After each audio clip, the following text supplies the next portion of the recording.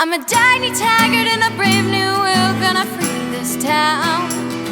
If you didn't know about me already, well, you know it now. Hi guys, welcome to my channel. I'm Objectivist Girl if you haven't met me already, and this is Jeffrey Tucker, obviously. So, Jeffrey Tucker, I would love to be friends with you on Facebook, but you're just too popular. Well, there's this official page too that you can like, which is kind of embarrassing to me because but it's a Facebook problem, right? 5,000 friends, and that's Is it weird being a celebrity? Yeah, I don't really know. I don't really think of myself that way, actually. I know. So, yeah. It's very strange. I don't entirely understand it, but yeah. I can't imagine of thinking of myself that way at any point. Exactly, right. So But it's nice of you to write and suggest we do this interview, so I'm excited about I'm it. extremely excited. Yeah. Nobody's more excited than I am, or my audience. My audience is so excited. So I told him I'd be interviewing you about some foreign relations stuff. Okay. So, because you don't have any videos on foreign relations. Yeah, I suppose I don't really. You know, it's a fascinating topic in some sense. War and peace is the most important topic in a way. Absolutely. Because a nation that's always at war is just not going to be a free country. You know, this is the problem. And if you look at like the sweep of the 20th century, World War I was a huge kind of advance of Leviathan. I mean, out of World War I, we got the first experience with price controls, shutting down of financial markets. We used the central bank in a way to fund the activities that couldn't be funded through taxes. We got a lot of bad stuff. Controls on speech. Also, lots of people were arrested who disagreed with the government's policies. So it was a bad time. And then World War II, of course. God, it was like a total central plan. Very strange if you think about World War II, because here we were fighting tyranny abroad. So we could have freedom and democracy at home, but all prices were controlled. Wages were controlled. There were rations on food. The home front, so-called. Everybody had to throw themselves into the war effort, saving rubber and not eating lard or whatever the thing was. A lot of state control. So with war, we see the advance of socialism at home, actually, and that's why it's so scary, really. And after 9/11, well, let me. I'll let you go on. I could just... No, this is great. Well, let me just tell you something. After 9/11, it was kind of terrifying because the Cold War ended. I was thrilled. Russia disappeared more or less. It was great because I had sort of more or less come of age at the end of the Cold War, and that was the only reality I knew. So when Russia sort of disappeared from the map, as a Soviet power, it was really exciting. Then we had 10 years of an uncertain peace, in a way, that went by. But it seemed like there was a kind of effort on the part of the defense establishment and the military to find a new enemy abroad, to kind of whip up the civilian population in a kind of dependency relationship with the government. But nothing was really happening, actually. They tried China, whatever. And then 9/11 happened, and it was a terrifying moment. I mean, not just because of all the property destruction, but I think I knew that day that the response was going to be terrible, that they're going to crush American freedom in the name of preventing terrorism, And the thing is that what's strange about what emerged out of 9/11 is that our new enemies, namely Islamic fundamentalism, whatever, I remember a time, I really do, when they were our friends. They were our allies in the great struggle against the Soviet Union. I mean, the same people, the Taliban in Afghanistan, were fighting for U.S. interests, So it's a very almost Orwellian moment to suddenly see, our former gallant allies become our new enemies, just like practically overnight. So it's just creepy. It is. And it was tragic. Strange. I had hoped after 9/11 that there would be a big backlash against American, I guess, for lack of a better term, imperialism. But instead, I don't think that Americans responded that way at all. No, it's grown, if anything. Right, but it's gotten worse, right. Absolutely. Right. Absolutely. So no, I've not really given any speeches on it. I'm not much of an expert on the topic, but I care about it very much. But you sound like an expert. You have the greatest laugh.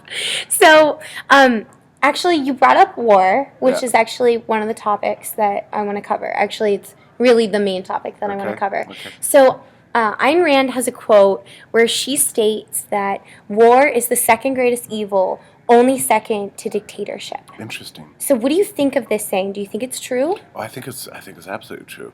Rand's views on war, I mean, she was, of course, so wonderful. There is this moment and I love watching her videos online. You know, it's so exciting. All those things are on YouTube now, right? But I think was she on the Tonight Show, right? So she's on the Tonight Show, and I have such affection for her as a person. I mean, she so like, cool. yeah, she warms my heart. I was like, you know, I cheer for her, you know, in these interviews. You know what it's like to watch her in these interviews, right? I mean, Folks, kind of, Jeffrey Tucker likes Ayn Rand. Yeah, you heard it here first. but you know, it's so charming to watch her because you kind of like cheer her on because you see her too. interviewers try to trap her and she just comes back, you know, in a beautiful way. But there's this moment in the Tonight Show interview. It's in the middle of Vietnam, right? And so she condemns the war. And I don't. Have you seen this interview? I think so. Okay. Yes. So she's kind of got like a plain face, and she looks kind of grumpy and serious. And then As she does. Yeah, she does. And then she condemns the Vietnam War, and applause erupts from the audience. And it's such a beautiful moment. I remember this. Yeah. So she turns to the audience and she looks at him like, "Oh God, you like me." You know, there's this look on her face like, "You like me." You know, you liked what I said. And she gets this big smile on her face, this warm smile. And she just kind of like enjoys the warmth coming from the audience towards her. And it's such a beautiful moment because it humanizes her in such a beautiful way. Because she's so, like, used to people disliking her for That's her right. And so views. she said this thing about Vietnam and everybody just cheered her, you know. And you could just see it just meant a lot to her. In her heart, yeah. you know. And people say that she's a very cold person, No, but you can see in that video. I don't get that from Rand at all, that she's cold, because you can tell in reading her fiction especially that she loves her audience. And she wants to delight people. She wants to give them a great story. She was a real, kind of in a strange way, a servant of the consumer, and I love that about her so much. You know, I first read Rand when I was in high school, and only her nonfiction, actually, and it meant a lot to me. Not that I could like wholesale adopt her theories of the world, but you know, it's almost impossible to read Rand and not have her affect you. The main thing that she did for me was she made me realize that what I thought mattered. Do you know what I mean by that? Yes, exactly, and that's what got me into her in the Right. first place. I read Anthem, and it really Of course, touched Anthem. me. I reread it. I wrote the introduction to the new edition of Anthem, by the way, and I adore that story. It's short, but boy, did she get it right. Yeah, amazing book. Absolutely. Yeah. It's what I encourage my audience to read first. Yeah, I think it's absolutely brilliant. I mean, it's a gripping story. It moves very quickly. She understands something that most dystopian novelists did not understand. And she understands that, like, when the government's too controlling, everybody's poor. You know, and so in her dystopia, everybody's like poor and, you know, suffering all the time. And a lot of dystopian novels, the government controls everything, but everybody's really rich. You know, which is just weird. It's like not true. But she understood the way socialism works, and she understood dictatorship. She understood that dictatorship is incompatible with prosperity. Right. And that's what comes through in that book. That's what's why so she brilliant says about that war is the second greatest evil right after dictatorship. it. Right. So do you think, I mean, that's proper order? I think it's proper order. I think that sounds right to me. I mean, dictatorship is horrible. They often go together, war and dictatorship. You know, absolutely. Oftentimes. Because the people feel so disparaged that they're willing to look to any strong figurehead, and normally the strong figurehead Yeah, is and there's a dictator. wonderful book that I read some years ago called "War is the Force That Gives Us Meaning," and I think what war does is it kind of steals our souls in a way. It takes our loyalties away from freedom and from self-interest and from serving other people through market innovations and creativity, and makes us all look to the government as the leadership. Absolutely. You know? Absolutely. So it's kind of bad in that sense. It's almost corrupting of the human spirit in a way. And I don't know, if you've lived through hot wars yet, but you know, and a real hot war that's going on where you feel like afraid to disagree with government policy. It's a very strange time. I think to be. we're so veiled from the government that we can't even imagine what it would be like to actually be in trouble with the government. Yeah, it's true in a way. We've been infantilized so deeply. Yeah, I think it's probably right. And you know, sometimes when the wars are going on, you want to disagree with the government and with your friends and stuff like that. But it's hard actually because war is such a big deal. It is. I mean, for a lot It's of people, become a it's their smaller religion. deal to our generation. It has, in a way, and thank God for that, right? On the other hand, we still have a lot of wars going on. I mean, the U.S. is everywhere. We've got this Afghanistan stuff. The Iraq Right, thing but is still nobody going even on. knows we're I at know. war. It's so funny. It's not funny, but It's weird. It's not ha-ha funny, I but know. Americans are kind of funny people in a way. They are. We all tend to think of, what is America? What do we do as a people? People think we watch sports, we have outdoor barbecues, we do fun things like listen to rock music and everything. We don't think of ourselves as a marauding tribe that's going wandering all over the world, Right? dropping drones on people and causing trouble. We don't think of ourselves that way, do we? No, we don't. Yeah, we don't. So it always surprises us to discover these things. We're happy people. Yeah, we're happy people that don't mean harm to anyone, right? Absolutely. So we don't tend to pay attention to foreign affairs. In fact, the foreign affairs part of the newspaper is the least read part of the newspaper. Exactly. People that are was not one of the really reasons I interested. wanted to talk to you about it today. People don't read a lot about of people ignore this. Have you got a sense of the conference yet? It's pretty wonderful, isn't it? This Liberty Forum. I haven't gotten a sense of it, but I'm very excited. Yeah, about it. it's pretty really awesome. brilliant. Yeah. Okay, let's see. So because of this statement, since war is the second greatest evil and dictatorship is the first, do you think that this gives us a right to initiate force on other countries to end their dictatorships? So that's an interesting question. The problem is, almost every war in the last 100 years has been justified on grounds of getting rid of foreign dictatorships. Exactly. That's why I asked. That's what they always do. They always say that we're free and you're not free. But the thing is that the Roman Empire did the same thing.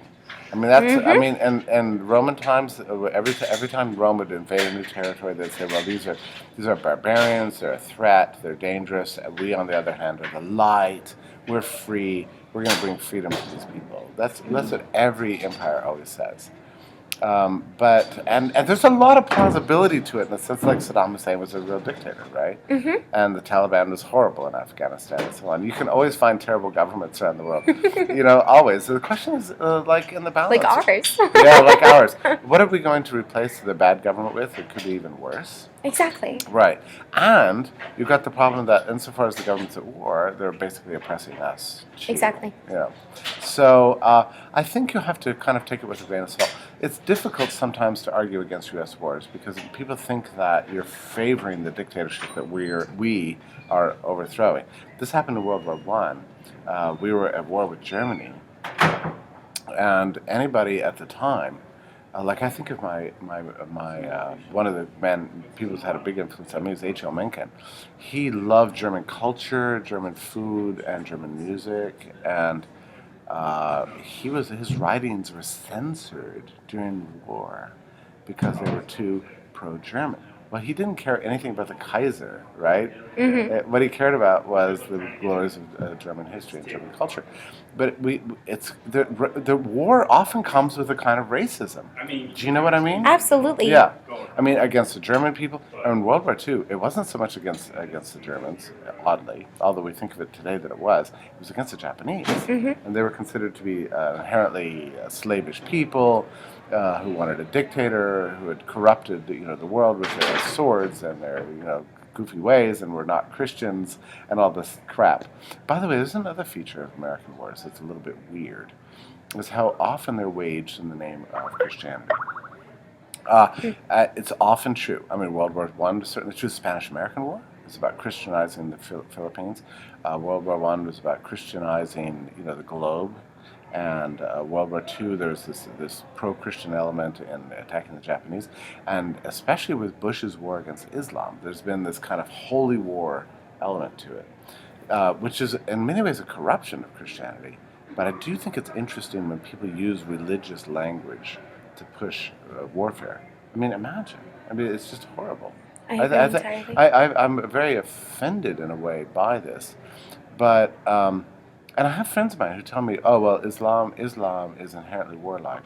Well, okay, I don't know that that's really true, but if you look at the 20th century and look at and going back, even to the 19th century, and look at the American justifications for its own war, quite often it's Christianity that's used as a justification, from which we might conclude that Christianity is inherently warlike, actually. So Which I don't think it is. I haven't drawn but- those conclusions No, at all. But I don't think it's true necessarily. But the template is there Right. anyway, right? I think a lot of people like to go ahead and claim that. So I was actually wondering what you think of us interfering in other people's wars against one another. What would be an example of that, like in civil wars abroad? This is another one. I remember. This happens all the time, right? A civil war starts, and the U.S. Wants to intervene. Goes ahead and intervenes. You They know- do it all the time. So my sense is that it's generally a bad idea, even if it seems like a good idea. Like in the case my of sense. that Libya conflict, was one example.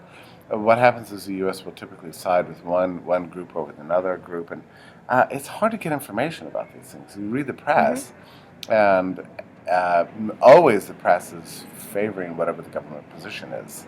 Right, and they support this decision with success stories, North Korea versus South Korea, Right. and they've become such a success story that And it's hard for us as humanitarians because we hate to see people suffer, and we'd like to see people, live in peace rather than civil war. right.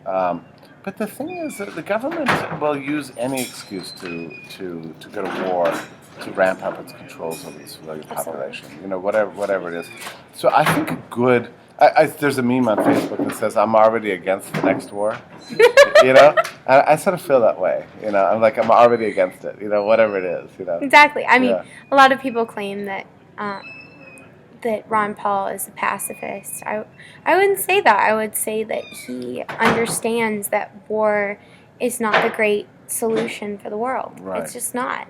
We Right. need to learn how to communicate on a peaceful level. Right. And we're here at Liberty Forum, and this is the perfect time to talk about the non-aggression principle. Right. So, And an important part of this too is trade.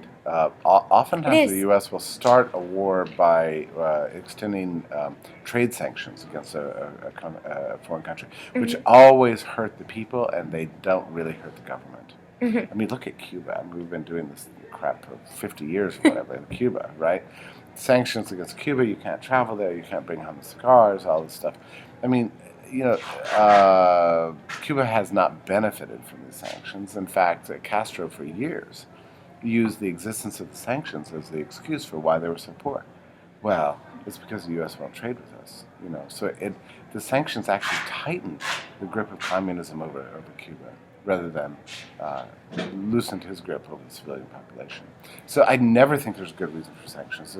We should trade with the world. I mean, there should be absolute open it's trade. really important. In fact, no more of this made in the U.S. things. right, well, that's silly. That hurts us. But the sanctions issue is interesting. Sometimes people think of sanctions as an alternative to war. I think that, like, even Rand Paul supported sanctions against Iran because he thought it was a better option than war. The problem is that oftentimes sanctions are a prelude to war. They're the beginning. This is what happened in Iraq, certainly. The sanctions, 10 years of sanctions, and then finally war. So I don't think it's a good idea to ever support sanctions under any circumstances, really. That's a really good opinion. So, I guess the last thing I want to ask you is, where do you get these bow ties? I want to know where you're shopping for these bow ties. I have to have some. I want to wear one on my next show. Well, I actually have one for you. I brought one for you. You're kidding. Yeah, no, I Oh, did. yes. Yeah, it's up in my room. I didn't. I'll have to give it to you. Oh, a my little bit later. goodness. Yeah, I did bring it especially for you. So We'll probably have to put it on camera. That would be too cute. It's funny. There's a lot of online dealers now that have good bow ties, so it's very nice. But you know what happens to me sometimes, and it's just dreadful, because you can get them online for like $15, right? And that's lovely. I'm so excited about that. But what happens to me sometimes, I'll be in a town I hadn't been in before, or something like that, and I'll go into a men's store, and there'll be just the perfect bow tie, and there'll be like $60 or $80, and like really expensive, but it's really hard to walk away from a really great bow tie.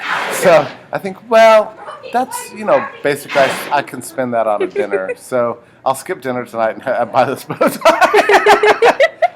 So, yeah. Well, I definitely think you wore the right bow tie today. Oh, thank you. Very Thank you so much. cute. Listen, I'm so thrilled at your work as Objectivist Girl. I think Objectivism is a fascinating view. I once read, my friend Stephen Kinsella once sent me, he said, Jeffrey, you're an Objectivist. I said, well, how do you know this? because I was very much influenced by Rand. And I think Rand at some point wrote like standing on one leg definition of objectivism with 5 points. Mm-hmm.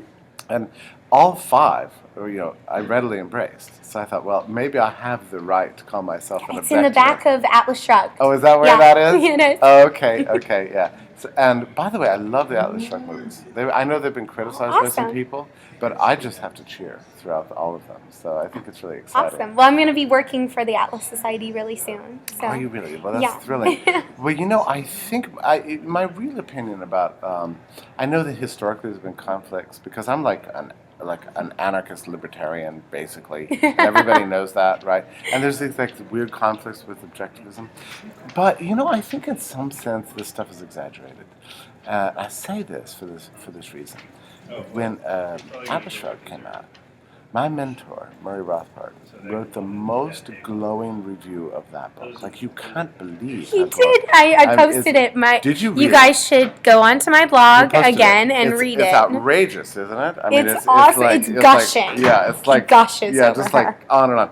And my other mentor, although I never knew him, is Ludwig von Mises, who also wrote a gushing letter. Yeah. gushing review. So I think not as gushing as Rothbard's. No, Rothbard's oh my was goodness. Like over the top, right? It was really sharp. 5-6 pages. Think in a way, there are always going to be differences between people, and that's the way it should be. We should all have vigorous disagreements. But we should all inspire one another. I think that's the right, difference. and learn from each other. Absolutely. Yeah. So I don't think we should put walls up between these groups. No, we don't want to be tribes or tribalists. No, we want to all communicate. So I'm so grateful that you invited me to be here today. Well, thank you. Remember, guys, knowledge is not for all men, but for those who seek it. So keep seeking.